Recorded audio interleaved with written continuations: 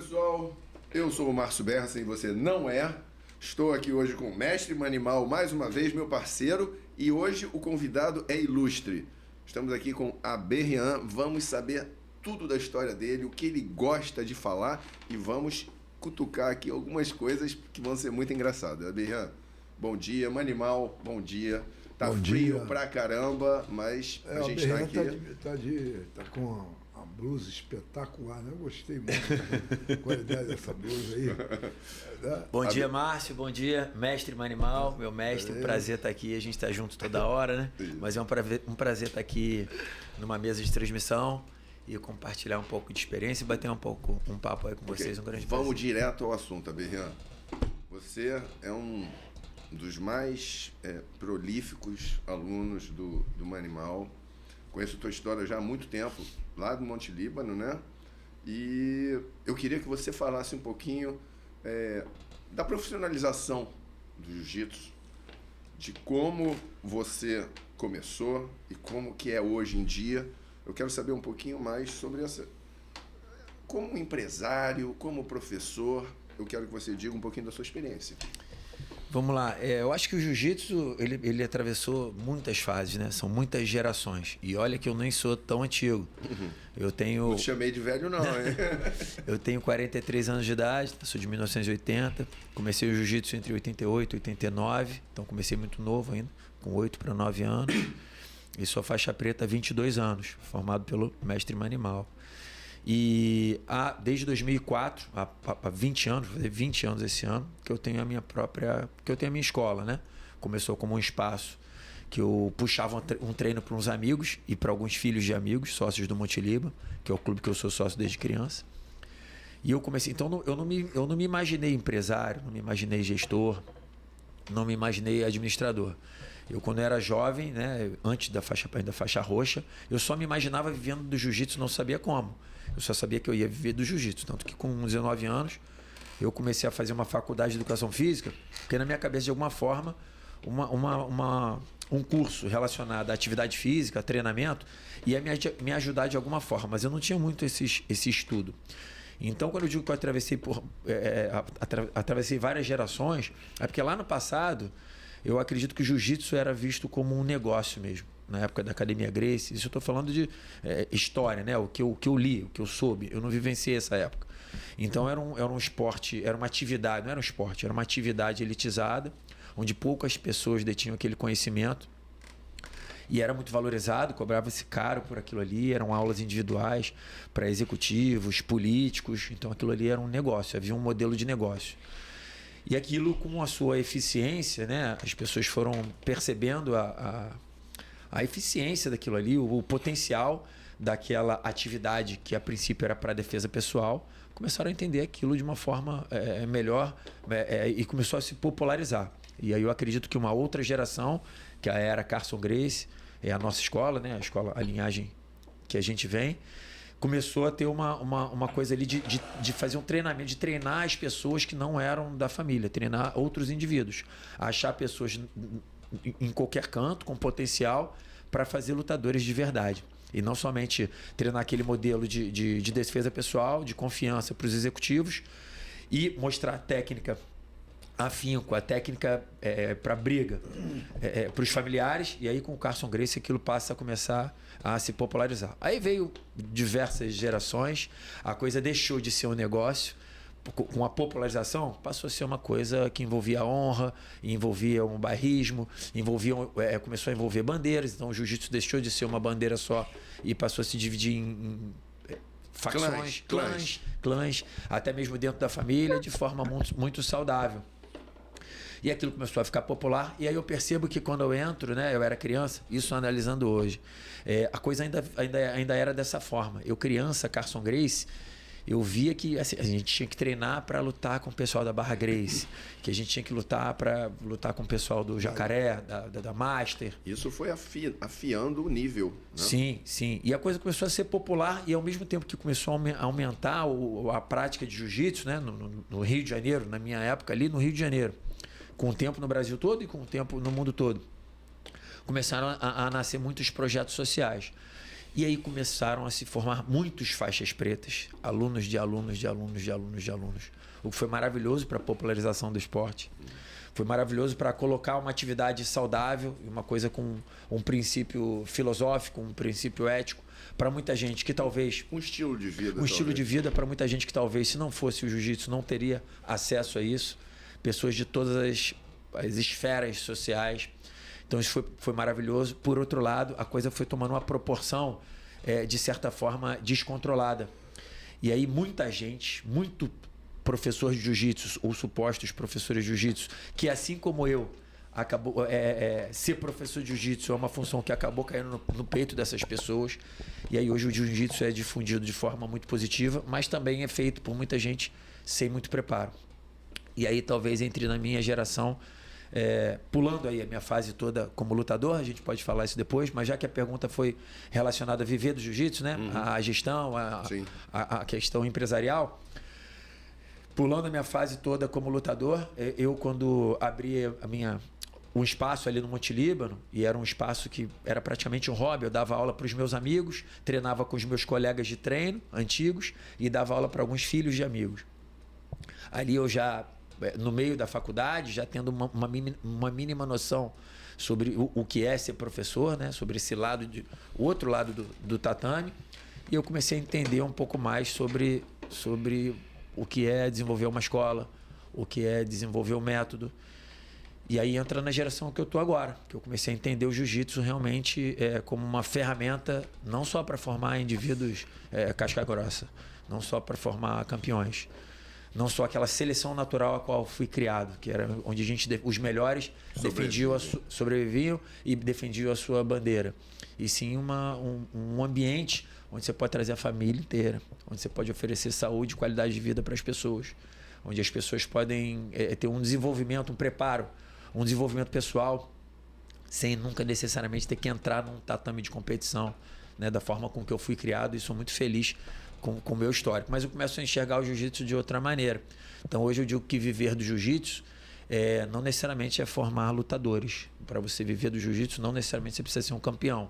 Você precisa entender, né, como é que você pode oferecer isso para as pessoas, e como qualquer outra profissão, você tem que se preparar. Né? Se você, com 18 anos, entende que ser advogado é legal para você tentar ser o mais justo possível, fazer uma comunidade mais justa, você se prepara para ser um advogado. Então, no primeiro momento, você tem uma preferência, né? Uma predileção por aquela, talvez um dom ou um desejo de fazer aquilo ali, você se prepara.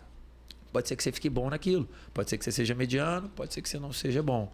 Médico é a mesma coisa, engenheiro é a mesma coisa, acho que como qualquer outra coisa na sua vida.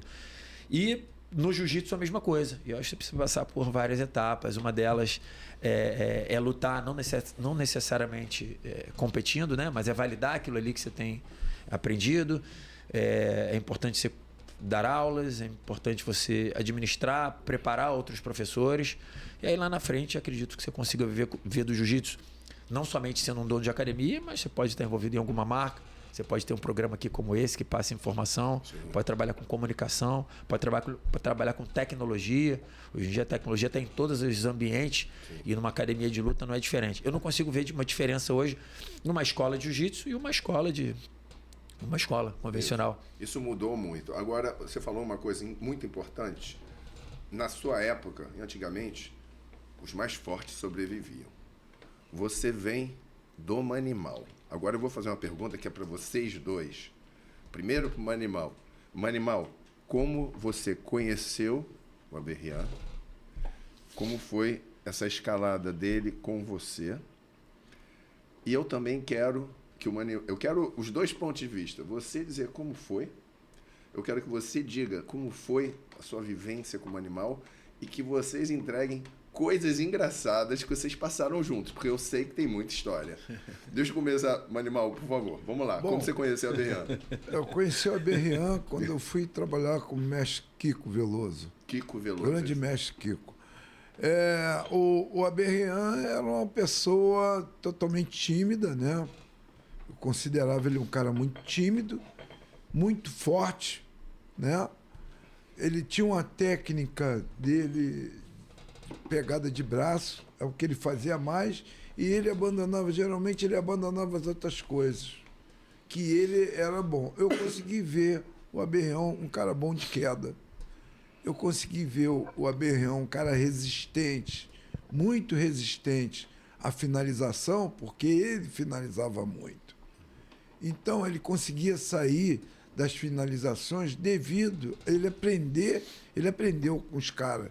Quando os caras saíam de alguma pegada dele, de tanto ele tentar pegar os caras, tentar sair, ele absorveu isso na cabeça e botou esse traço de treinamento, de tratamento com ele, com outro atleta, e passou a desenvolver as coisas. Que a tendência era ele ser mais pegador, mais resistente, pelo fato de ser começar a ser meu aluno.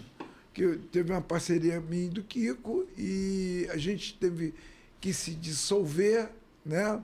Porque os horários estavam crescendo muito, e eu queria dar aula no horário, e ele queria também, pelo fato... A academia estava cheia na época, não foi por motivo de alguma coisa, sim, né?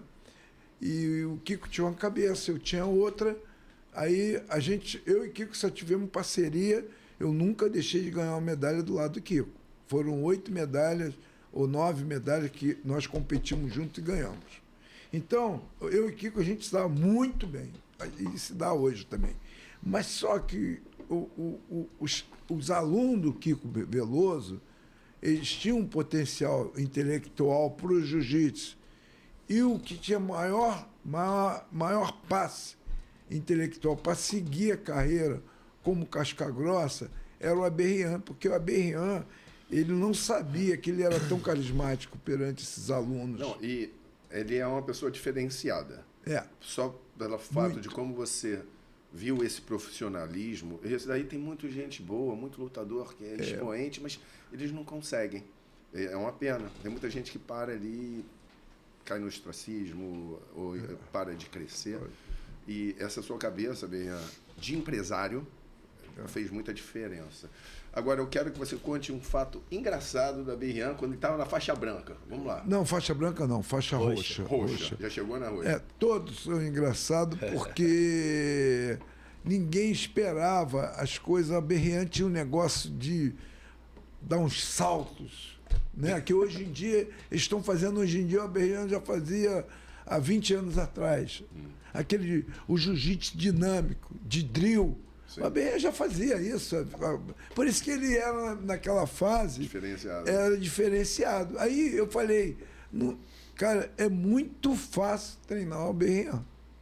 Eu não tive problema nenhum para treinar o Aberrián. Só teve uma coisa. Depois que eu ensinei chave de pé para o Aberrián, eu nunca mais, nem eu, nem a tropa, conseguiu treinar bem sem sair com o pé mancando. Parece que ele machucou teu pé, né? Não, ele quebrou meu pé praticamente. Ele pegava na chave de pé. Não, ele dava a chave de pé aqui, ele arrumava, cara. Ele é maior cara de pau. E a mão dele, quase cobrindo o corpo dele, que ele era franzino, mas muito forte, e a mão desse tamanho. Então, quer dizer, de gorila mesmo. Aí o Aberrián, ele passou a usar a chave de pé. Aí eu falei, ele lascou. O cara pega braço, pega a chave de pé e passa a guarda bem. E ele já ficou, algumas vezes, ele ficou no armlock, né? De tanta confiança que ele tinha na passagem de pé. E a guarda dele não existia, Aberrián não tinha guarda. Ele fechava, puxava e... Falei, quando é que tu vai treinar a guarda? Para de finalizar, pô. Não, porque não tinha graça. Ele pegava, fechava e finalizava. Aí foi aí que ele começou a desenvolver o jogo por baixo. E ele tem umas raspagens assim engraçadas. Só ele faz. É ele um aluno meu, Alçade Burro. O Aberrián sai do lado errado e consegue sair. Aí eu, falei, cara, eu tô criando um fenômeno. Aí foi aí. Se você não sabe, com todo respeito... o Aberrián é filho do Wilton Aberrián, aquele radialista. Sim. Né? O cara é o top da rádio. E o Aberrián, você só vai entender por que o Aberrián é desse jeito, esse fundo dele de ser empresário, ter compreensão, chegar à universalidade com a facilidade, né? E tal. Você vai. A gente vai um dia chamar o pai dele aqui, que é o Wilton Aberrián, um cara que construiu, fez vários. Tipo um chacrinha, um comunicador. Aí você vai entender por que o Aberrian, a irmã do Aberrian, e o Aberrian, e o filho do Aberrian, eles são assim. Você vai ver que isso aí é nato, é a natureza deles. E a mãe deles só construindo. Agora vamos deixar ele te entregar. Aberrian, conta uma história engraçada aí do animal lá no início. Início. Bom, deixa eu pra gente contextualizar essa minha chegada no Manimal, né? Eu era aluno do Kiko Veloso desde 1988, 89, como eu falei. E comecei desde a branca, desde criancinha, com ele. Peguei todas as faixas coloridas, peguei a faixa azul e a faixa roxa com o Kiko. E eles, em 2000, mestre? Ano 2000, 99, 2000, por ali, eles fizeram uma parceria. E ali eu já conheci o Manimal, porque o Kiko me levava no Carso, né? Eu sempre competi pelo Carso. Eu sempre competi junto com os alunos do Manimal, pela mesma equipe. A gente sempre fez seletiva junto. E ali eu conheci o Manimal por ele mostrar uma posição ali. Eu conheci o professor Manimal da Carson Gracie. Nunca tive esse contato com ele até então. E nesse momento dessa união do Kiko Veloso, que era o meu professor, o qual eu sou muito grato, aprendi jiu-jitsu desde os 8 anos de idade até os 18. Então fiquei 10 anos treinando no Kiko. Tive minha infância, minha adolescência todo dentro da academia do Kiko Veloso, dos espaços que ele deu aula. Não só na Carson Gracie, como na Francisco Sá, na Nossa Senhora de Copacabana, sempre ele pelo posto 6. Então aprendi muita coisa com o Kiko, tive momentos maravilhosos, né, de aprendizado de vida, não só de jiu-jitsu, como de vida ali no Kiko. E em 99 para 2000 eles se uniram, fizeram uma parceria e começaram a dar aula juntos, cada um nos seus horários. E a partir daquele momento, quando eu conheci o Manimal, eu me identifiquei de uma forma assim, fora do normal. Eu realmente eu tinha muito respeito, como tem, ao Kiko, como o meu professor, como a pessoa que me ensinou jiu-jitsu.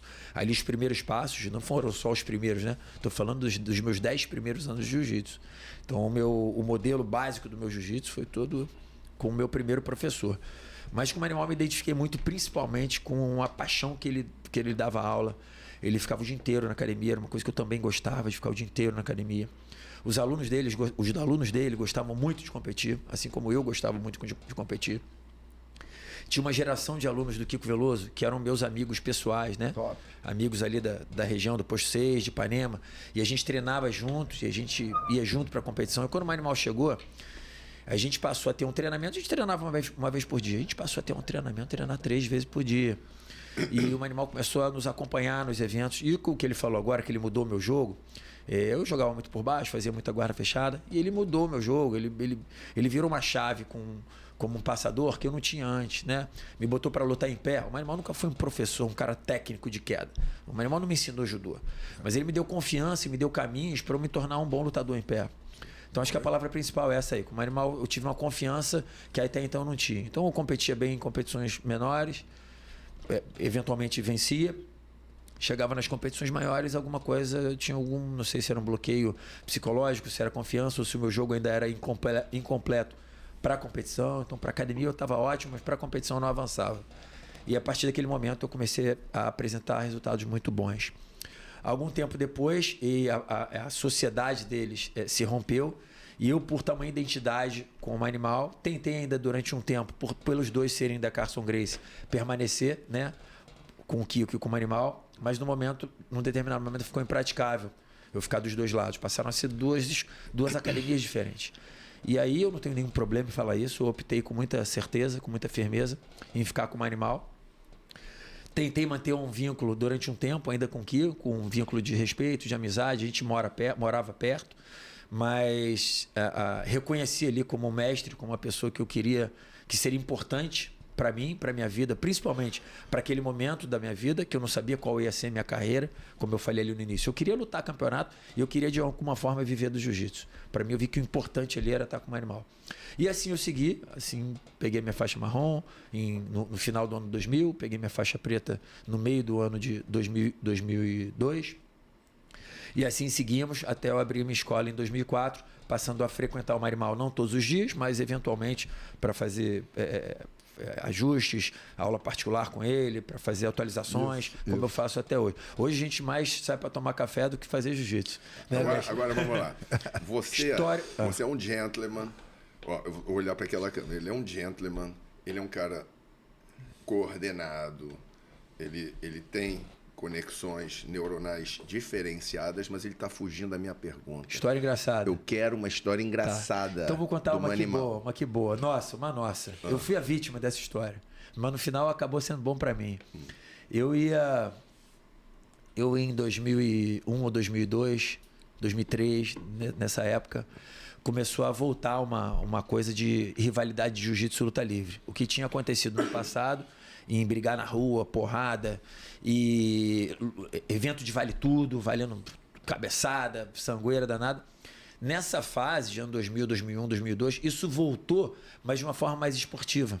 Porque começaram, depois da criação do ADCC, o Submission Wrestling, que hoje é o Jiu-Jitsu sem kimono, o Jiu-Jitsu no gi, é o que a luta livre já faz há muito tempo, passou a entrar na moda. Muito evento de luta de grappling, de luta agarrada sem kimono, que era chamado Submission. Então o Jiu-Jitsu começou a lutar, ter muito confronto de Jiu-Jitsu contra a luta livre, mas de forma muito mais saudável, muito mais esportiva do que antigamente, que era uma coisa mais de porrada, de rua e tal. E aí a gente começou a treinar e a primeira experiência que eu tive, acabei me sagrando campeão, né? Venci alguns grandes nomes da luta livre e ali o Animal falou, ó, vamos focar nisso aí, porque agora vai começar, você tá aparecendo, você ainda é faixa marrom e você tá saindo em revista, em página inteira de revista, para isso começar na faixa preta é lá na frente, quando for preta, for campeão brasileiro, mundial, então o negócio tá hypado agora, tá em alta, vamos focar no sem kimono. Beleza, então comecei a lutar, comecei a ter bons resultados. E o Animal, eu ia fazer uma determinada luta. Já né? tá até rindo. Eu ia fazer uma luta contra um atleta que era muito bom, um atleta da luta livre na época. Depois ele até passou para o nosso lado do jiu-jitsu, que era o Ivan Batman. E ele tinha um golpe muito forte que era a guilhotina. E o Animal falou, ó, a gente vai ter que treinar, a gente está treinando, a gente vai ter que treinar específico para esse atleta. Me encontra na praia, não lembro, tipo 4 horas da tarde. Chovendo. Tava chovendo. Me encontra hoje, 4 horas mais tarde, na praia. Você leva alguém, leva o Inácio. Ele chamou o Inácio, que era um colega de treino. E a gente vai fazer um treinamento específico. Você tá com o Batman na praia. Eu falei, beleza, ele vai fazer uma luta agarrada na praia, ali na areia. Vai ser uma coisa diferente. Aí primeiro ele falou, quando eu cheguei, ele falou, tô até com medo de saber o que vai vir. Ele falou, aquece, vai correndo até o leme e volta. Eu falei, mestre, eu vou ficar morto. Eu vou correr na areia, não era para fazer um trecho. Não, vai lá, só para aquecer. Aí beleza, fui eu correndo até o leme e voltei. Agora pendura aqui na barra. Aí ele começou a fazer um trabalho pendurado na barra e nada de luta. Falei, Manuel, pendurado na barra. Não, isso é para pegada, que a sua pegada até é forte. Vamos pegar em várias direções, pendura aqui, fica um tempo. Aí quando eu já estava morto, ele falou, agora vamos treinar. Eu tô achando que a gente vai fazer uma luta ali na areia. Ele falou, vamos para água. Eu falei, para água. Falei, vamos embora pra água. Falei, tá bom. O mar já estava final de tarde, já estava batendo mais forte as ondas. Só pergunta, você não botou ele pra cortar a lenha, subir a montanha de neve, não, lutar com um urso? Isso aí não. E aí a Vai gente entrou na água. No que a gente entra na água, ele fala assim pro Inácio, Inácio, pega a birrinha na guilhotina. Na água? Na água. Na água. Eu falei, mestre, aqui não dá pra ser na areia, tem que ser na água. Tem que ser na água, pega aí. Aí o Inácio encaixou a guilhotina sem apertar. Porque o Inácio era muito bom de guilhotina. Eu achando que era para eu sair dali. Ele ia me bloquear e ia sair. Não, agora é o seguinte, Inácio, vocês vão afunda a cabeça dele. Afunda a cabeça dele, Birrinha, tu vai sair da guilhotina debaixo d'água. Falei, mas irmão, que loucura é essa? É isso, bicho, aquele jeito dele. É isso, tem que ser, porque é isso e aquilo. Tá bom, desci. Na primeira tentativa, que ele apertou meu pescoço, o Inácio apertou meu pescoço embaixo d'água, eu tentei resistir, tentei sair, não consegui defender a guilhotina e bati. Só que eu cheguei no meu limite. Então, quando eu bati, ele já soltou, eu já buscando ar, só que eu estava embaixo d'água. Porra, engoli água pra caramba, fiquei com gosto de sangue aqui no peito. Eu fiquei pé da vida. Falei, mas irmão, você tá maluco? Eu tô fora desse treinamento louco. Não tem porquê. Eu quero treinar no tatame. Desse jeito não tem como. Mas vem cá, você não percebeu isso antes, não, cara? Eu confiava, né? Eu confiei. Então, se ele falasse que era para fazer, eu faria. E eu fiz. Eu falei, ó, isso aqui eu tô fora. E eu fiquei realmente bravo. Falei, dessa eu tô fora, eu não vou participar dessa maluquice, eu tô indo embora. E eu saí. Ele falou, calma aí. Aí deu uma meia dúzia de xingada, que eu não vou repetir aqui, me xingou um pouco. Falou, agora eu vou te ensinar a ser homem. Seu frouxo. Pra baixo. Eu e minha família inteira. Aí ele falou, vem cá, Inácio, me pega aí. Aí o Inácio ia pegar na guilhotina, não, pega no matalhão, que é pior. Aí mas Inácio, na água? Na água. Aí ele foi pra água? Não, ele tava na água com a gente. Tá. Ele não sente frio. E aí o Inácio foi, pegou ele no matalhão. Inácio, pode apertar o quanto eu quiser, que vou ensinar vocês como é que faz isso aqui. Aí o Inácio pegou o matalhão, eles desceram os dois. Com o Inácio apertando ele no matalhão, desceram embaixo d'água. Aí eu falei, beleza, agora eu quero ver. Agora ele tá ferrado, aconteceu comigo, não tem como. Aí os caras começaram a demorar 5 segundos, 10, 15, Morreram. 20. E o Inácio apertando e a onda batendo. Eu falei, cara, não sei nem onde esses caras estão. E o Inácio provavelmente lá embaixo d'água apertando e eles estão fazendo alguma coisa que eu não tô vendo. Passou aí uns 30 segundos, sobe o Inácio desesperado. O Inácio, o que tava apertando. Sem ar. Aí sobe um animal devagarinho assim, ó. Rambo, programado pra matar. Eu falei, que isso? Pelo amor de Deus. Aí o Inácio, esse cara é maluco. Me prendeu lá embaixo. Sabe o que ele fez? Prendeu, tomando um matalhão, prendeu o Inácio pelo pé lá embaixo. Ficou resistindo. E aí o Inácio tentou subir, não conseguiu. Largou o matalhão, não conseguiu. Ele deu um caldo no cara, tomando matalhão. Isso daí, ele é mau. Sabe por que ele fez isso? Eu vou te explicar porque ele fez que isso. Que loucura é essa? Olha pra figura. Qual é a ciência? Ele não De tem, onde ele trouxe essa ciência? É a seguinte, ele não tem pescoço. Abirran, ele não tem pescoço. Então ele sabe que era uma questão de tempo o Inácio se afogar. Entendi. Vai pegar o quê? Não tem pescoço, só assim. Mas ele prendeu o cara, ele prendeu pelo pé tomando matalhão. Não foge, não. Subiu o cara, e ele devagarinho. Aí eu falei, não é possível. Eu voltei, falei, tá bom, pega esse troço aí, meu irmão. O cara me meteu a guilhotina. Aí eu topei fazer essa loucura aí com ele. E continuei o treinamento. Não saí da água. Por um acaso, ele fala que foi por causa desse treinamento, né? Aí por um acaso eu venci essa luta. Por causa do afogamento. Ele fala, tá vendo? Não falei que era... Que o cara encaixou o Batman. Vocês são os métodos do animal. Encaixou 2, 3 vezes o estrangulamento nele. Ele saiu no pau, meu irmão. Ele rodou. Ele inventou. Era isso ou morrer, né? Era isso ou morrer, né? Pô, ganhou a luta. Depois que ele tinha saído debaixo d'água, né, cara? Pô, então saiu ele podendo fácil. respirar um pouquinho. Foi fácil. Vamos voltar agora ao assunto. O ano de 2009 foi um ano especial para você. Você veio de lesão, ganhou campeonatos. Eu quero que você lembre aqui pra gente os melhores momentos de 2009, o que te marcou. 2009 em si foi um ano importante, não só pelo título importante, talvez o mais importante da minha vida, que foi o título de campeão brasileiro na faixa preta adulto da CBJJ. Fiz um brasileiro praticamente impecável, né? Fiz 5 lutas, onde eu finalizei 4 delas. E acabei me tornando campeão brasileiro, ganhando na final do cara que na época era um cara que estava em alta mesmo, assim, era o primeiro do ranking, estava ganhando tudo. No sábado, na véspera, tinha vencido a categoria absoluto no brasileiro. Tinha vencido o World Pro peso absoluto. No ano seguinte ele foi campeão mundial.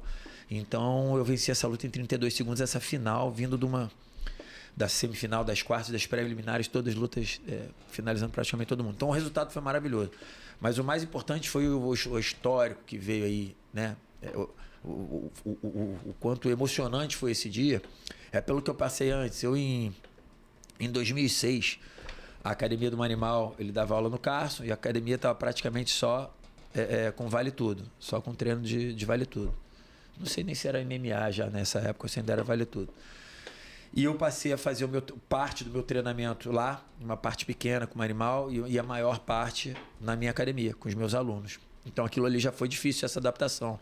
O momento onde o mestre estava muito focado em outro segmento, que eu não tive interesse em permanecer. Então fiquei por um tempo ali para ajudar, né, quem ia lutar, a minha parte de chão. Eu oferecia a minha parte de chão para a equipe de Vale Tudo, mas o meu negócio... Não, treinava os caras comigo. Mas a minha parada era o jiu-jitsu, era kimono. Ali a minha academia já tinha 2, 3 anos, então já estava começando a enxergar que eu precisava ter títulos na época. Eu pensava assim, eu precisava ser campeão para validar aquilo ali que eu queria ensinar e eu ficar famoso e as pessoas me procurarem porque eu sou o Rafael, porque eu seria o Rafael Abirrinha campeão. Era um pensamento que eu tinha na época. Hoje eu nem penso mais assim, depois a gente pode até falar sobre isso. Então eu comecei a fazer o meu treinamento, comecei a treinar muito e tive uma lesão em 2007 na coluna. E fui condenado assim pelos 4 primeiros especialistas. Os 4 primeiros especialistas que eu fui falaram que eu não poderia mais competir, que eu teria que fazer um tratamento, uma hérnia extrusa da cervical que eu tenho na verdade, e que eu estava sem sentir o meu braço. Falou, agora você tem que tratar isso aí e lutar não vai ser mais possível.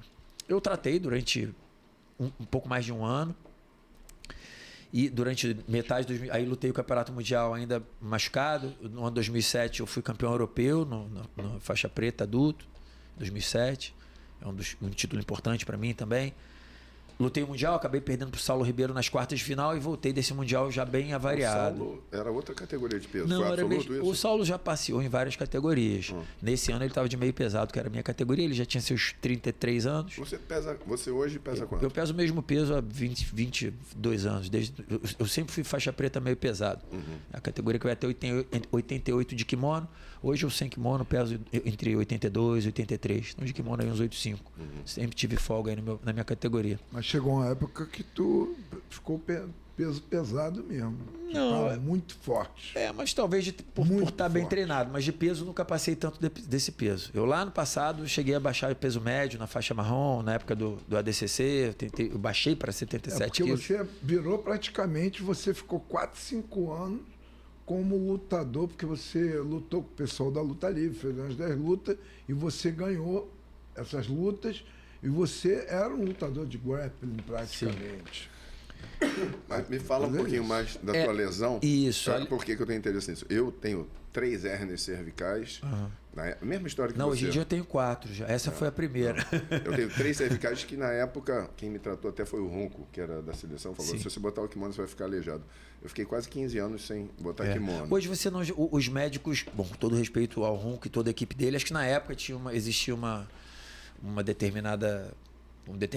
determinados tratamentos. Acho que hoje a coisa é diferente. Hoje, se chega qualquer lesão no médico, dificilmente ele vai falar, está condenado para sempre. De alguma forma, alguma estratégia ele vai traçar junto porque contigo. Na época, quando você tem a lesão recente, aí eu posso falar, aquilo está muito agudizado e não fibrosou.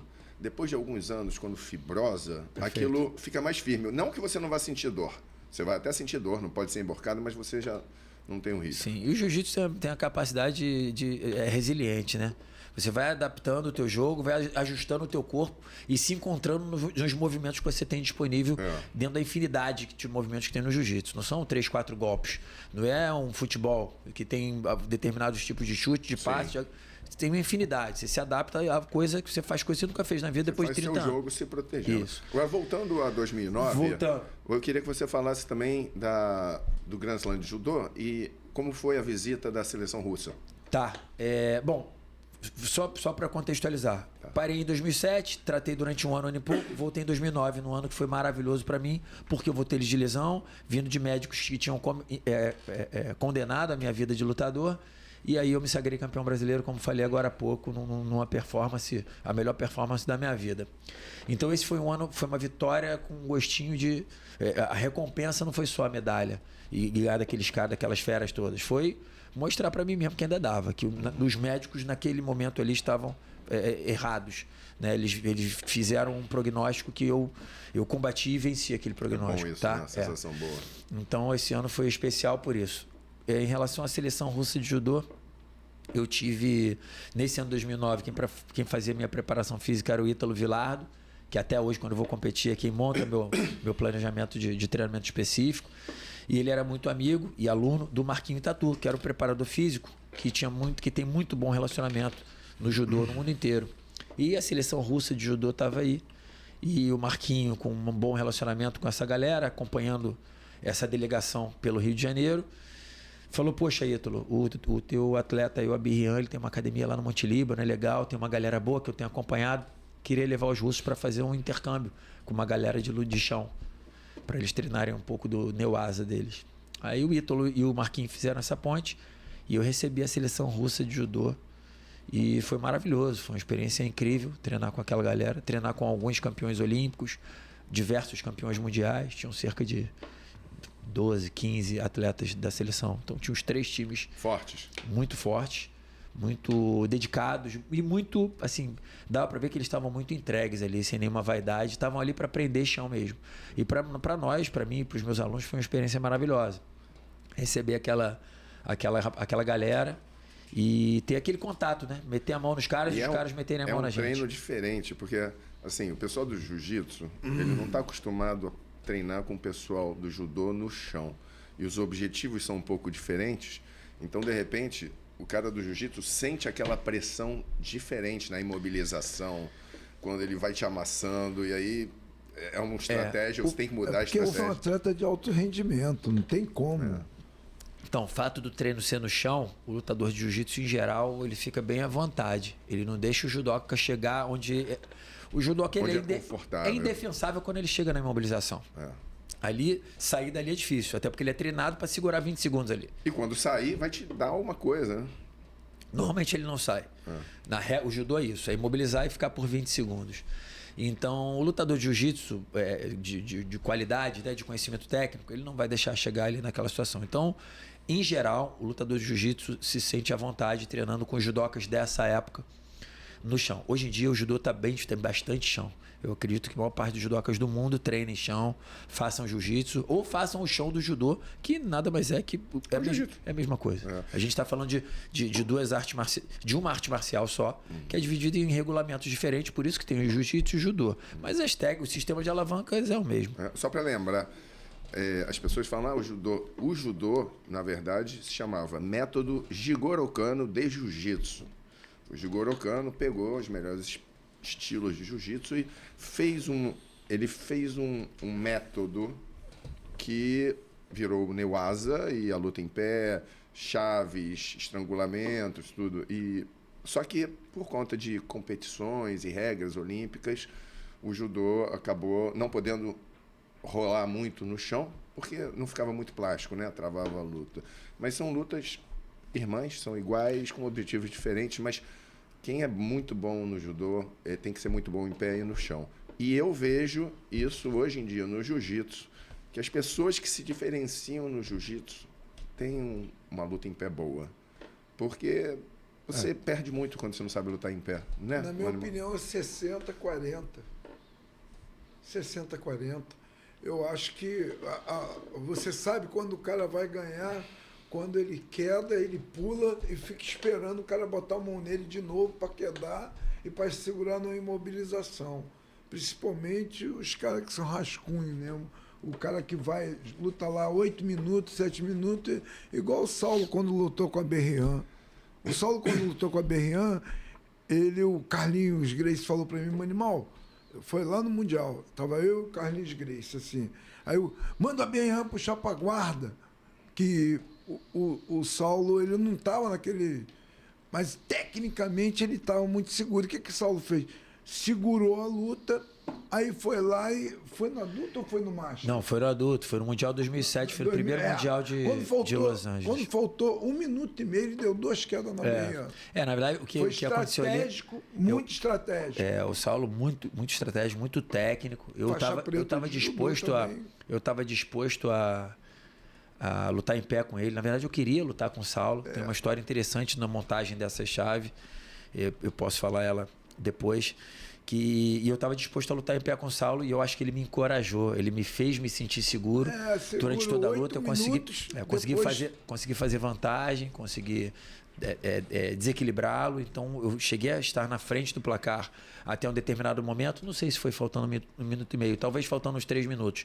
Ele me encorajou no que eu me cresci na luta, ele me derrubou. Aí eu consegui voltar em pé, fui que nem um doido para cima, ele me derrubou de novo. E ali ficou 4-0, acabou me vencendo, se classificando para a semifinal, já no domingo do Mundial, no primeiro Mundial da Pirâmide de 2007. Tem uma história interessante desse Mundial que poucas pessoas sabem, né? O Danielzinho, que é um grande amigo meu, o Daniel Oteiro, estava comigo nesse Mundial. Danielzinho é o que treina no... É o Daniel Oteiro do Fabrício. Do Fabrício, é um grande conheço amigo, ele. É um grande amigo. Um amigo pessoal, assim, é como um irmão para mim. E ele estava comigo nesse primeiro Mundial dos Estados Unidos, né? Que foi em 2007, na Pirâmide. E uma história interessante, ele sabe que ele estava presente e alguns alunos meus, essa história é uma história que eu conto muito na academia com muito orgulho, apesar de eu não ter saído vitorioso dessa luta. Eu queria muito lutar, eu sempre tive o Saulo como ídolo, apesar de eu ser da Carson Gracie, sempre gostava de vê-lo lutando. Assim como outros atletas da categoria meio pesado ali, que era a minha categoria, eu gostava, me inspirava naquele estilo e no jeito, no estilo de vida desses caras. E o Saulo sempre foi, eu era faixa azul, roxa, o Saulo já estava campeão mundial de faixa pretas, né? Ele ganhou o mundial desde o primeiro mundial, ele foi ganhando praticamente todo ano. Em várias categorias diferentes. E aí ele era meio que um ídolo. E nesse Mundial, ele devia ter seus 33 anos, e ele estava inscrito no meio pesado. Falei, caramba, tem a chance de eu lutar com o Saulo Ribeiro. É um cara que eu tinha como ídolo, mas naquele momento eu queria, falei, porra, é um sonho, cara. Imagina, e eu acho que eu consigo vencer. Eu acredito que eu tenha condições de vencê-lo. E aí, na confederação diferente de hoje, que as chaves são todas montadas de acordo com o ranqueamento, Antigamente essa chave ela era direcionada entre os diretores das equipes. Como é que era feito? Pegava uma lista de atletas, tinham os diretores ou líderes de cada equipe ali presentes nessa reunião nas vésperas do Campeonato Mundial, e a Carson Gracie não tinha ninguém para representar ali em Los Angeles. Então fui eu, para me representar. Para representar a Carson Gracie, eu era um representante da Carson Gracie. E eu fui. Quando chegou lá, falou, ó, tem 4 cabeças de chave aqui. Um cabeça de chave é o Saulo Ribeiro, o outro cabeça de chave é o Rômulo Barral, o outro cabeça de chave é o Tarsis Humphries e o outro cabeça de chave é o Abirrian. São os 4 que têm mais título, são os 4 que estão mais cotados para serem os semifinalistas. Vamos botar esses 4, um em cada ponta. Assim que era feito, no olhômetro. E aí, tem alguém da Carson Gracie? Tem. Então, bota do outro lado do Abirrian. Tem alguém da Gracie Maitá? Bota do outro lado do Saulo. Tem alguém da Aliança? Bota do outro lado do Tassi. Tem alguém da Gracie Barra? Bota do outro lado do Barral. Então, se distribuíam os supostos favoritos e se distribuíam parceiros de equipes desses caras para o outro lado, para eles não se encontrarem ao longo da jornada, da chave. E a partir daí era um sorteio. Distribuir a galera para as preliminares. Porque no Mundial, as etapas preliminares acontecem no sábado, onde o campeonato está lotado, tem 8 áreas de luta, 10 áreas de luta. E no domingo, hoje em dia são semifinais e finais, na época eram quartas de finais, semifinais e finais. Ou seja, você colocava os lutadores, as lutas que a turma queria ver, para o domingo. Eram só 2 áreas de luta, eram todos os holofotes ali, a entrada já era cobrada. Então a ideia era colocar as melhores lutas para o domingo. E aí me botaram como cabeça de chave. Eu falei, olha, eu gostaria de não ser cabeça de chave. Eu queria que vocês me botassem de cara com o Saulo Ribeiro. Eu acho que ele nem sabe dessa história. Se ele em algum momento ouvir isso aqui, ele vai estar sabendo agora. Espero que ele se sinta honrado, porque isso não foi de forma alguma uma afronta, mas foi uma vontade de enfrentar um ídolo. Falei, me bota, por favor, de cara com o Saulo Ribeiro. Aí o Siriema lá, os caras que faziam achar, falaram, não, Birrinha, não dá pra botar de cara porque é no sábado. Você tem que lutar com ele numa semifinal, você é cabeça de chave. Eu falei, então não gostaria de ser cabeça de chave. É a oportunidade que eu tenho, ele tem 30 e poucos anos, ele já é master. Eu não sei se eu vou ter essa oportunidade de novo. Então, eu queria lutar de cara com ele para ter essa chance, porque eu acho que dá para mim e eu queria não perder essa oportunidade. Os caras falaram, não, a gente não vai fazer isso, a gente faz o seguinte, a gente bota você no lado dele da chave para tu lutar com ele na primeira luta do domingo. Então, tu vai ganhar essas 2 lutas desses 2 caras aqui, então botou outros 2 que não eram tão ranqueados. Tu vai fazer 2 lutas no sábado, ele faz as 2 lutas dele. E se vocês vencerem, vocês se batem não numa final, como seria, por você ser o cabeça de chave 4 e ele ser o 2, mas vocês se batem nas quartas de final e pelo menos vocês lutam no domingo. É uma luta que todo mundo vai querer ver. Eu falei, beleza.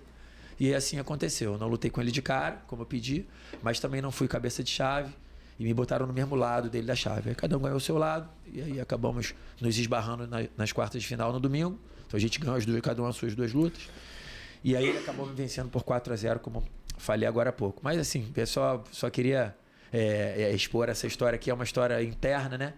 Mas em algum momento que eu fui cabeça de chave, eu abri mão disso para poder... E propus lutar de cara com um cara que era um ídolo. Acabei conseguindo fazer a luta que eu queria, só não consegui vencer. Legal. Mas valeu muito a experiência. Você falou uma coisa engraçada, que eu vou lembrar uma coisa engraçada, mas ó, não tem nenhum demérito nem nada. Eu sou amigo do Fabrício, tenho alguns amigos lá, e uma vez eu tava lá, aí o Fabrício, Marcinho, aquela voz dele, mobiliza o Danielzinho aí, quero ver. Aí eu fui lá, cheguei lá do Danielzinho, botei o Kuzuri Kezagatame, um Kezagatame mais por baixo, e eu mobilizo relativamente bem. Então travei o braço dele, travei o outro ombro, apertei o diafragma, aí o Fabrício, sai! Achando, pô, Danielzinho é bom pra caramba, né? Muito bom, não tem, pô, um monstro. É que top, aí, recordista de título, aconteceu? Esse garoto. Imobilizei ele, 5 segundos, 10 segundos, 20 segundos, 30 segundos, 1 minuto. Daqui a pouco o Fabrício, porra, Marcinho, tem que se mexer. Eu falei, mexer não, você mandou imobilizar. Aí a gente riu pra caramba. Eu gosto muito do Fabrício. Como judoca, tu foi, teoricamente, foi bem sucedido. Ele mandou imobilizar. O jiu-jitsu tem essa coisa de você ter que se mexer, é interessante. Porque no judô tu venceria essa luta. Não, exatamente. No jiu-jitsu tu seria punido e deveria se mexer. Não, é porque o Fabrício... Não entendi, ele fez um desafio ali. O Danielzinho é muito bom de chão. Sim. Muito bom. Só que eu sou malandro, eu já sabia que ele ia Segurou, sair né? para minhas costas. Eu gosto de fazer o Kuzuri, que eu meto a mão debaixo da escápula, segurei o outro cotovelo e travei o diafragma, acabou. O cara não vai mexer. Não vai mexer, vai sassaricar 1 minuto, 1 minuto e meio para sair e eu mudo de posição. Sim. Pediu para eu chegar do lado, imobilizar, aí não piscava nem o cilinho. Aí o Fabrício foi ficando nervoso. Porra, tem que se mexer! Aquela voz do Fabrício. Sim. Engraçado. Não, o Danielzinho, pô, vale mencionar, esse cara é sensacional. Não só principalmente como pessoa. Diferenciado. Diferenciado como ser humano. É. E lutador também, diferenciado. Foi campeão brasileiro desde a faixa amarela até a preta. Sim. E ainda na preta foi campeão mundial. O moleque realmente, eu acredito que tenha sido o maior atleta que o Fabrício já fez até hoje. O Fabrício tem atletas muito bons. Inclusive, eu vou chamar o Fabrício, cara. Vamos entrevistar o Fabrício? Vamos. Deixa eu te fazer uma pergunta. Eu não sei se o Manimal está a par disso. Se eu recebi isso agora do meu diretor. Eu quero que você fale da Liga MCS. Liga dos MCs. Exatamente. Que misturava jiu-jitsu com MC. Ah, legal. Né? Hoje tem esse Fight Music que está tentando fazer uma coisa parecida, mas nessa época eu já tinha. Me conta um pouco disso. Já tinha ouvido falar disso, Manimal? Eu tinha, né? Eu participei. Participou. Que eu levava os alunos para lutar no campeonato do ABRIAN e eu participei. Teve vezes até que eu chorei, fiquei emocionado, porque eu sempre fui contra aquilo, achava assim. Só né? uma pergunta que eu não sei o que foi isso. O que é? O cara antes de lutar tinha que cantar um rap? Não, teve campeonato. Não. Teve campeonato. Vamos lá. Eu, desde 2001, organizava. Eu sempre gostei sempre fui agitador de competição, da galera reunir a turma para ir lutar. Né, reunir, fazer essa coisa que eu falei, esse caso que eu contei agora de organizar as chaves, vai ter sorteio de chaves, eu quero lá participar. E eu comecei a organizar alguns intercâmbios dentro de academia, entre os meus amigos, minha galera e outras equipes. E aí eu resolvi, em 2001, começar a organizar competições, convidar equipes e fazer dentro de um ginásio. Então comecei a fazer aquilo ali com a forma de promover o jiu-jitsu, né? Botar minha rapaziada, minha galera que treinava comigo para competir e defender um troco também. Porque quando você organiza a competição, você consegue patrocínios, você arrecada ali com inscrição. Então, para mim, eu via também uma forma de poder, além de tudo, ainda monetizar. E aí, então comecei a organizar competições e criei a Copa América de Jiu-Jitsu. Né? Eu primeiro fiz a Copa América de Submission, em 2003. Em 2006, comecei a fazer a Copa América de Jiu-Jitsu. O campeonato começou a tomar uma proporção grande. Só para você ter uma ideia, em 2020 foi a mais recente. 2019 tiveram 1.500 atletas. 2020 foi uma da pandemia que eu fiz de forma adaptada. Mas em 2019 tiveram 1.500 atletas inscritos. Então, desde 2006 que eu organizo isso. Então, a competição começou a ficar muito conhecida e eu comecei a conquistar, né, a trazer muita gente de fora, muitos patrocinadores de fora do jiu-jitsu para esse evento. E eu gostava muito de rap nacional. Eu frequentava esse ambiente de rap underground. Então, eu ia para diversas casas de show na Lapa, no centro da cidade, para acompanhar esses shows. Eu gostava, sempre achei interessante, gosto até hoje. E tinha uma liga chamada Liga dos MCs, que era uma competição de rap, de batalha de MC, de rap de improviso. E eu acabei formando muitos amigos nesse ambiente. E aí veio na minha cabeça, falei, poxa, eu vou tentar botar... Esses caras, é uma chave, eram 8 MCs, tinham quartas de final, semifinal e final, e esses caras ficavam ali se provocando. Tem uma referência muito legal que é o filme 8 Miles, do Eminem. É. Pois é, aquilo ali. Só que muita gente não conhece, mas isso tem muito no Brasil, em São Paulo, hoje em dia. E naquela época tinha muito no Rio de Janeiro. Quem fazia era o MC Auri, da Liga dos MCs. E eu adorava aquilo ali. Eu falei, cara, eu vou trazer isso para dentro da competição de jiu-jitsu. Além de botar duas coisas que eu gosto juntas, né? Vou botar uma batalha de MC aqui no campeonato de jiu-jitsu. Eu organizo umas lutas casadas, eu vou botar um MC desses aí para apresentar cada lutador. Então, na verdade, foi isso. Eu peguei 2 amigos, o MC Dropei e o MC Lepô, e cada um representou o seu lutador. Então, a abertura dessa luta casada era feita por um MC, apresentando e improvisando ali com características daquele momento. Isso aí que eu Mas achei uma provocação muito legal, cara. Sim. E depois eles fizeram uma batalha entre eles. Aí depois começou a luta casada entre os 2 lutadores mesmo. Sim. Então, na verdade, foi isso. Com isso, eu consegui angariar patrocínios também de outros segmentos, né, relacionados à música, ao hip hop. Então foi uma união muito maneira, mas foi mais uma coisa pessoal do que um investimento num projeto musical. Não teve nada disso. Botei a Liga dos MCs dentro da Copa América de Jiu-Jitsu e para mim foi maravilhoso assistir aquilo ali tudo. Legal. A gente está falando aqui. Você conhece o Kleber também, né, Manimal? Conheço. Então, agora vai ter o campeonato da federação. Sábado agora. E você participa dessa federação? Eu sou o coordenador de eventos Pois é, o Kleber, da SJJ SAF. Kleber é amigo há pelo menos uns 35 anos. Me fala um pouquinho dessa sua parceria com o Kleber e sobre esse campeonato de agora, do fim de semana. Tá, em 2014, eu já tinha feito aí, se eu comecei em 2006, a Copa América, eu já devia ter feito umas 8 edições dessa competição, que era uma competição amistosa. Ela era fora do partido CBJJ, fora do CBJJO, fora da FJJD, ela era fora das federações. Era uma competição que eu organizava amistosa. Eu mesmo organizava por conta própria. Então, todo mundo... então, era muito democrático, assim. Eu me dava bem com pessoas que circulavam na CBJJ, com pessoas que circulavam na FJJD. Então, eu juntava muitas equipes de muitos amigos e fazia uma competição que já era grande, aí, mais de 8 edições. O Kleber, que eu não conhecia na época, me procurou em uma dessas competições e falou: Bem, eu sou o Kleber, eu sou faixa preta, eu venho da escola treinei com o Aloysio, eu sou da época conheço muito o seu mestre, Manimal, e eu sou um pouco mais antigo que você, então, mas eu estou agora nessa de organizar campeonatos. E eu estou vendo aqui, já botei alguns alunos, ele tinha uma equipe chamada LPM. E eu colocando meus alunos, estou vendo que seu campeonato ele tem características muito diferentes do convencional. E eu conheço o Aloysio Silva e o João Silva, né? São meus amigos, e o Aloysio é meu professor. E eles têm uma federação nos Estados Unidos chamada SJJIF, Sport Jiu-Jitsu International Federation. E eu quero trazer isso para a América do Sul e quero montar a SJJ SAF, South American Federation. E eu preciso de alguém que conheça. Eu não sei organizar campeonato. Eu tenho muitas ideias, mas eu não sei. Essa operação aqui eu não sei. A parte logística é difícil. A logística eu não consigo. Não saberia fazer. Você quer entrar nessa comigo? Me apresentou a proposta da federação. Achei bem interessante, bem diferente de todas as outras. Principalmente no quesito social, onde o Kleber e a SJJ SAF foram pioneiros. E eu topei, foi em 2014. Desde lá, a gente organiza só no Rio de Janeiro 5, 6 competições por ano. E ele hoje já organiza diversas competições no Brasil, já organizou pela América do Sul. Então, é um grande representante, é um braço importante, talvez o maior dessa federação, onde a matriz é nos Estados Unidos e é presidida pelo João Silva, filho do Aloysio. É uma competição, é uma federação sensacional, diversas particularidades que você não vê em competições convencionais relacionadas à regra.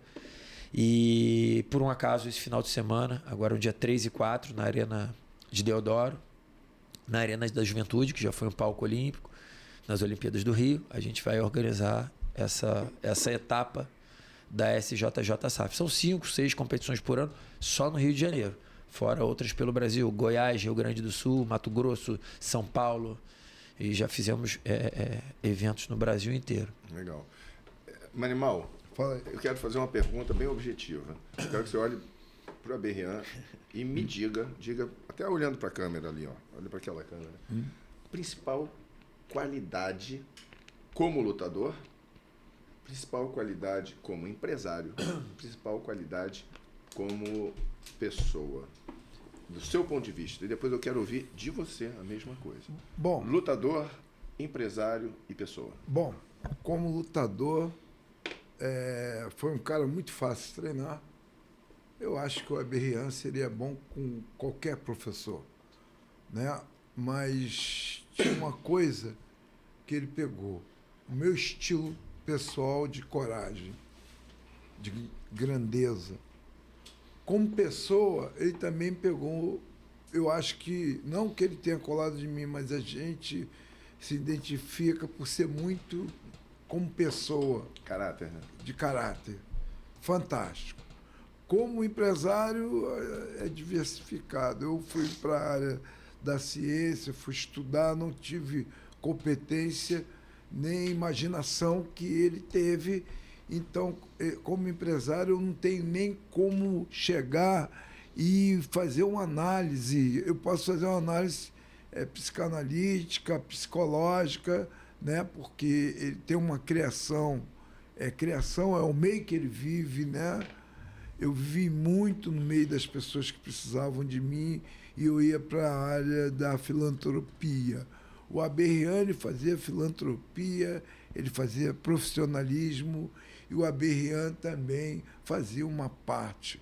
Como ele o faz agora, eu acho que ele só fez 20%, porque eu não tenho noção o que é 100% desse cunho empresarial dele, que a cada semestre, a cada ano que se passa, há uma clareza de alma da parte dele, de autossuficiente, uma coisa bem proposta e bem significativa para o mundo do jiu-jitsu. Eu tenho certeza que o Aberrian, eu já conheço, eu com o meu dom espiritual que eu tenho, de visão, de análise, o Aberrian vai construir, pode escrever, daqui a 5 anos, 4 anos, o Aberrian vai ter o maior time de jiu-jitsu de toda a história. Berrian, do seu ponto de vista, o que você tem de mais forte na luta? O que você tem de mais forte como pessoa e como empresário? Seus pontos fortes. Tá, vamos lá. Eu acho que como lutador, como eu falei, eu fui muito bem potencializado como animal desde que nós nos conhecemos. Eu acredito que uma das minhas características, vamos lá, é a minha determinação, a minha resiliência. Eu sempre procurei desenvolver a minha capacidade de me adaptar a qualquer condição. Então, passei por condições físicas dificílimas e nunca cogitei desistir. Talvez seja um defeito, eu tenho dificuldade de dar um passo atrás às vezes. Então, às vezes, esse meu excesso de confiança e coragem, que foi potencializada pelo mestre e pela minha vida, às vezes ela beira a inconsequência. Então eu faço um exercício constante de amadurecimento, de senso de limite e de humildade. Eu diria que o meu ponto forte ele também vem junto com o ônus aí, que é essa coisa de... O meu ponto forte eu diria que é a confiança, a determinação e a capacidade de resiliência e me adaptar em condições desfavoráveis. Tá? Eu diria que como lutador esse sempre foi o meu ponto forte. Tenho muitos defeitos, mas falando das minhas qualidades, acho que o que me trouxe, o que eu tive de conquista, né? Que foram dentro dos meus objetivos, é tudo que eu sempre sonhei. O que eu não conquistei no adulto, eu procurei conquistar na categoria Master, né? Em termos de títulos. Muito bem conquistado. Eu venci quem eu queria vencer na época que eu lutava sem kimono, os meus objetivos pessoais. Eu venci o Campeonato Brasileiro na faixa preta adulto e o Campeonato Europeu na faixa preta adulto. Então, o Campeonato Mundial eu fui conquistar já como Master e o Campeonato Pan-Americano eu tenho 3 medalhas e ainda não fui campeão, então essa é uma meta que eu tenho pessoal. Para você ver, eu tenho 43 anos, eu não preciso nem listar aqui as lesões e o número de cirurgias que eu tenho, a última foi feita há um mês, mas eu não consigo me ver nessa vida sem conquistar mais esse título, por exemplo. Talvez quando eu conquistar, porque eu não digo se, eu digo quando, talvez eu crie um novo objetivo. Acho que essa é a minha característica como lutador. Vamos lá, já que você tocou nesse assunto, do seu ponto de vista, quem foi o seu maior rival? Não apenas em uma luta simples e em um projeto de luta ou em um campeonato. Quem você considera que foi o rival que te desafiou mais? Independente se você ganhou ou perdeu. Olha, eu ouço muita gente mencionando um adversário específico ou uma determinada pessoa falando, pô, graças a esse adversário, ele me puxou pro alto, graças a ele eu treinava, eu voltava no outro dia para poder vencê-lo. Eu nunca tive isso. Eu nunca tive um adversário que eu me espelha, que eu quisesse, aquele cara eu não tinha. Eu sempre quis dar o meu melhor. E eu mirava alguns títulos, como eu falei agora. Eu tinha esses objetivos materializados nos títulos. Então, nunca busquei um determinado adversário em uma chave, por exemplo. Nunca mudei de categoria para valorizar a luta com um ou para correr de alguém. Então, eu nunca tive essa coisa de ter alguém que me puxasse. Eu já lutei com algumas pessoas algumas vezes. Né? O Marcelinho Garcia talvez tenha sido o meu adversário que mais me venceu. A gente lutou 3 vezes e ele me venceu as 3. Então, poderia dizer que ele foi, mas rivalidade ou pensar nele como uma motivação nunca foi. Mas eu simplesmente, ele estava na chave, que bom, ele está lá, vou tentar dessa vez. Ainda não foi, ele tentava, enfim. E foi um cara que nas 3 ocasiões me venceu. Eu sempre, antes das lutas, achei que eu venceria. Nunca entrei pensando, vou lutar com o Marcelinho. Pelo contrário. Falei, minha oportunidade de vencer esse cara. De vencer um cara e pegar o lugar dele. E por um acaso com ele não consegui, com outros atletas, outros adversários, eu consegui nas centenas de lutas que eu fiz na minha vida. E foram muitas centenas de vitórias e algumas centenas de derrotas. Então, eu não tive essa coisa de alguém que tenha me puxado, não. Eu tinha materializado os títulos, que num determinado momento, hoje, né, por exemplo, deixou de ser meus objetivos principais, deixaram de ser os títulos. Eu, como motivação de competição, como eu falei, eu tenho o Pan-Americano e eu tenho outras motivações pessoais, profissionais, que não estão relacionadas a lutar, e sim como gestor e como formador de caráter e formador de profissionais. E você está fazendo isso muito, muito bem. A gente não está com muito mais tempo, mas tem 2 questões que eu queria colocar aqui. Primeiro, eu acho muito bonita essa amizade de vocês e a lealdade que você tem ao animal. A gente vê que no mundo da luta isso não é muito comum, quer dizer, acontece, mas tem muita trairagem, tem muita falta de respeito. A gente vê o que aconteceu em determinada época com o Carson, que teve um problema com seus principais alunos, né? Eu não vou tocar nesse assunto, que é um assunto delicado, mas a gente vê que nem sempre as pessoas são leais e, assim, eu vejo vocês dois como família, vocês são um família do outro, eu acho isso muito bonito, Manimal. Queria que você falasse um pouquinho sobre a relação que vocês têm pessoal e que você também falasse. E depois, em seguida, a gente vai encerrar. Eu vou querer saber que você diga para o público seus maiores objetivos a partir de agora. Perfeito. Manimal, por favor. No caso, eu e a Berrian, nós somos assim... Nós temos uma ligação, né? Temos uma empatia muito forte, mas nosso relacionamento não é só assim de amizade, nosso relacionamento é familiar. Sim. Dá para Porque perceber. eu tenho muita afinidade, eu me considero filho do pai dele, porque o pai dele é uma pessoa espetacular. Eu nunca conheci, depois do meu padrinho, um homem tão sensato, tão equilibrado. Conheço a família do Berrian e os filhos, né? O filho e a filha, a irmã. Conheço a história da Berrian e conheço a mãe dele muito bem também, assim. Mas eu me sinto como se fosse o irmão dele mais velho. Logicamente, me sinto assim como se fosse um pai. Eu tenho um relacionamento com ele de pai para filho. Eu tenho um relacionamento, se não fosse, por exemplo, eu não posso ser pai dele porque ele já tem um pai. Uhum. Mas eu me sinto o irmão mais velho dele, né? Com aquela sensação, o irmão mais velho cuida do irmão mais novo. Sim. E o Berrian, ele cuida do primogênito espiritual, que acompanha ele, que está sempre com ele, sempre conversando, né? E o nosso contato no tatame vai começar de novo. Nós vamos começar uma história de novo. E dessa história, eu acredito que vai nascer vários projetos, né? Principalmente, ele falou, mestre, eu operei, não precisa, tive dengue, eu não preciso dessa preocupação toda. O senhor está meio... Falei, não é isso não, Berrian. Eu estou acompanhando você psicologicamente, porque a dengue dá problemas.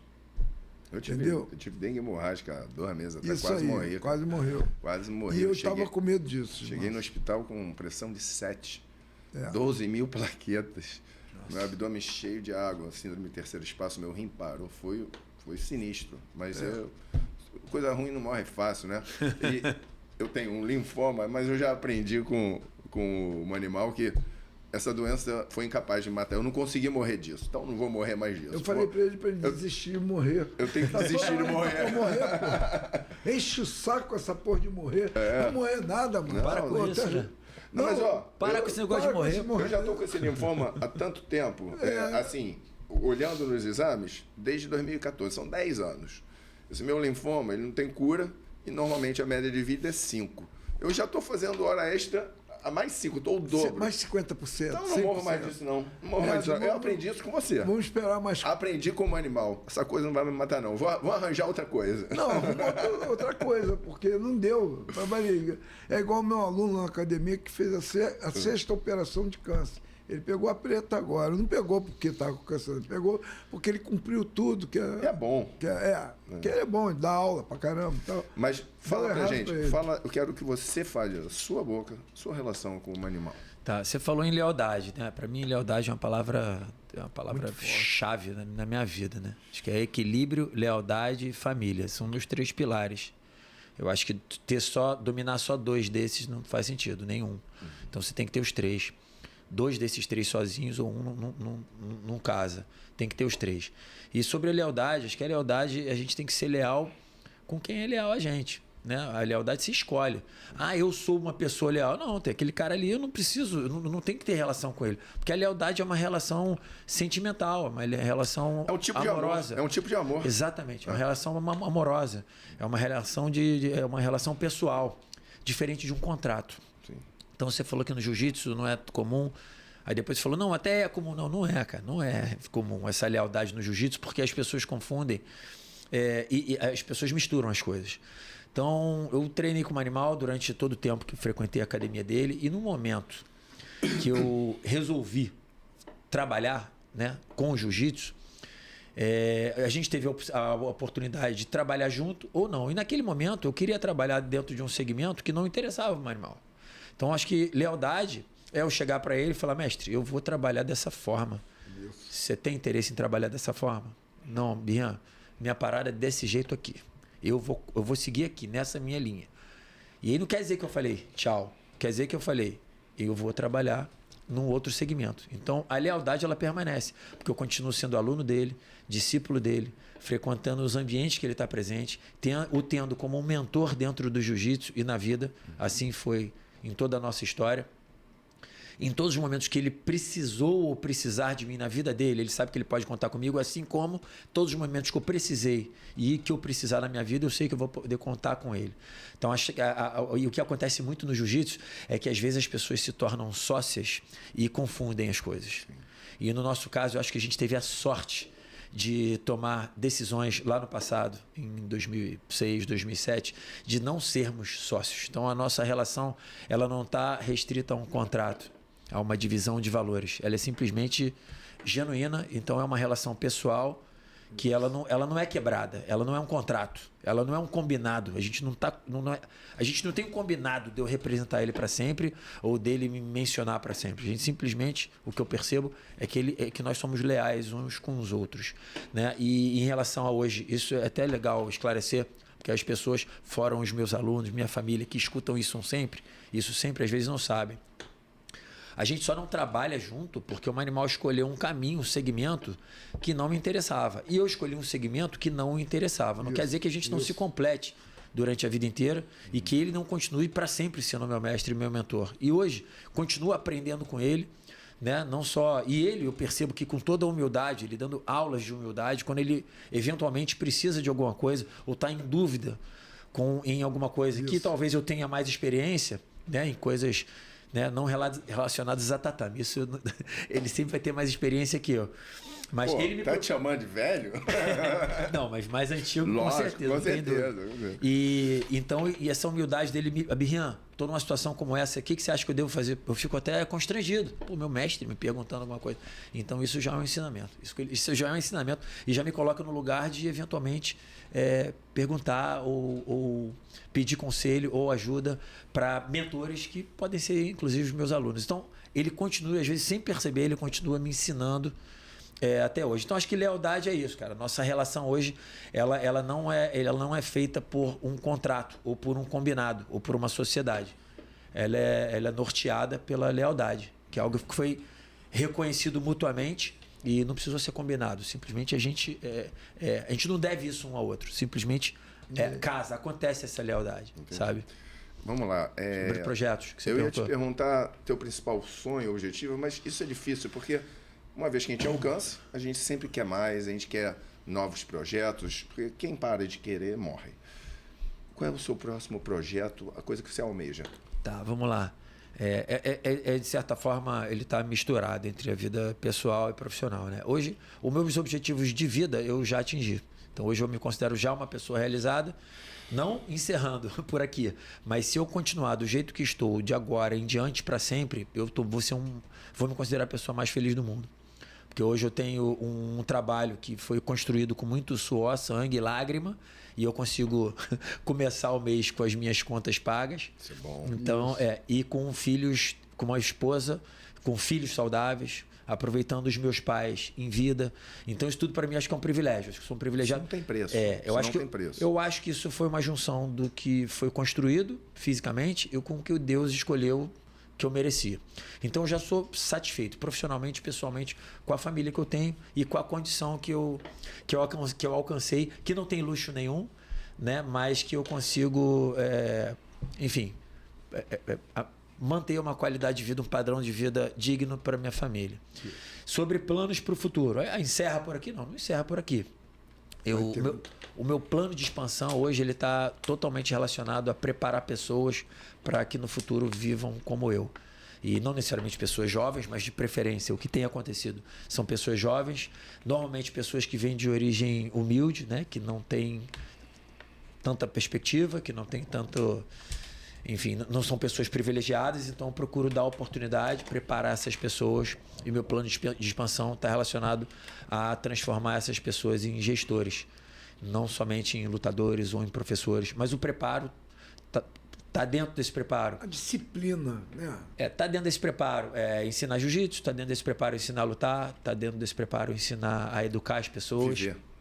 Exatamente. Para que em algum momento a minha escola, que hoje ela só tem uma unidade, que é o Abirrinha Dojo no Clube Monte Livre, está muito próximo à sua capacidade máxima. Então, eu diria que meu próximo projeto profissional é pegar essas pessoas, que alguns começaram crianças e já são jovens adultos, outros ainda são adolescentes, outros já são mais velhos, mas têm interesse em viver do jiu-jitsu. E então, tenho preparado essas pessoas para que a gente abra, a partir do ano que vem, pequenos estúdios, para que essas pessoas passem a vivenciar, né, a ter uma vida como pequenos gestores e que isso vá crescendo e futuramente que isso escale. Então, por que isso é o meu objetivo profissional e por que eu falo que isso está relacionado ao pessoal? Porque está totalmente direcionado a fazer com que pessoas sintam o que eu sinto hoje. Pessoas que não teriam, talvez, se não fosse o jiu-jitsu e não fosse, não o Abirrian, mas se não fosse essa oportunidade, talvez não alcançariam. E por esse caminho que já está trilhado, né, e eu tenho convicção que dá certo, por esse caminho é possível que essas pessoas cheguem. Então, esse é o meu projeto de vida. Transformar pessoas que sejam tão satisfeitas quanto eu. Bom, não preciso falar que eu e o Manimal ficamos muito honrados de você ter vindo aqui. A gente sabe que teu tempo é corrido pra caramba e, cara, foi uma surpresa maior do que eu esperava. Te conhecer assim um pouco melhor, eu acho que todo mundo que está assistindo vai conseguir ver um outro lado do Abirrian que você talvez não tenha mostrado ainda. Eu estou muito surpreso com a sua capacidade de raciocínio, de empresário, porque tem muita gente boa aí que não chega a 10% do que você vem fazendo e mostrado. Então, eu e o Manimal estamos muito orgulhosos de você estar aqui, para a gente é uma honra. Esse quadro está aberto para quando você quiser, tiver novos projetos, novas ideias, por favor, você tem as portas abertas, né, Manuel? E estou muito feliz de você ter vindo. Infelizmente, o tempo é curto, a gente vai encerrar. Eu queria que você falasse alguma coisa rapidamente para a gente encerrar e você também. Bom, eu queria agradecer as suas perguntas, o contramestre Abirrian, que vai ser o mestre agora, né? Essa capacidade de persuasão que tu teve de chegar e contribuir. Hoje você está trazendo uma contribuição muito boa para o jiu-jitsu, que, no fundo, o Abirrian é professor, ele é professor de educação física, formado, é um fisiologista espetacular, um cara que conhece a parte todinha do jiu-jitsu E o Aberrian hoje aqui, eu acho que ele deu uma aula na entrevista dele. Então, agradecer a você. Que você isso, é o cara. mestre. Né? O Márcio também, porque o Márcio é um excelente entrevistador, né? Graças a Deus, essa reunião aqui, né, de confabulações, de termos intelectuais foram bem entendidas, e eu acho que todo mundo, hoje, o jiu-jitsu aqui, com essa entrevista, abriu uma fase nova, porque o Aberrian está vindo para fazer uma fase nova no jiu-jitsu. Aberrian. E você é muito inteligente, Aberrian. Obrigado. Bom, quero agradecer a você, Márcio, ao meu mestre Manimal, agradecer a audiência, pessoas que nos Paulista, assistem. né? Nosso diretor. Nosso diretor Agradecer ao fantasma diretor que Paulista. não quer aparecer nunca. Não, não quer não. Não quer não. Para mim é um grande prazer. Eu confesso que eu não vim preparado, né, para nenhuma entrevista, mas vim disposto a um bate-papo, como a gente já faz praticamente Mas semanalmente assim que é ou bom, quinzenalmente. porque é natural, não é fingido, isso daqui é tudo real.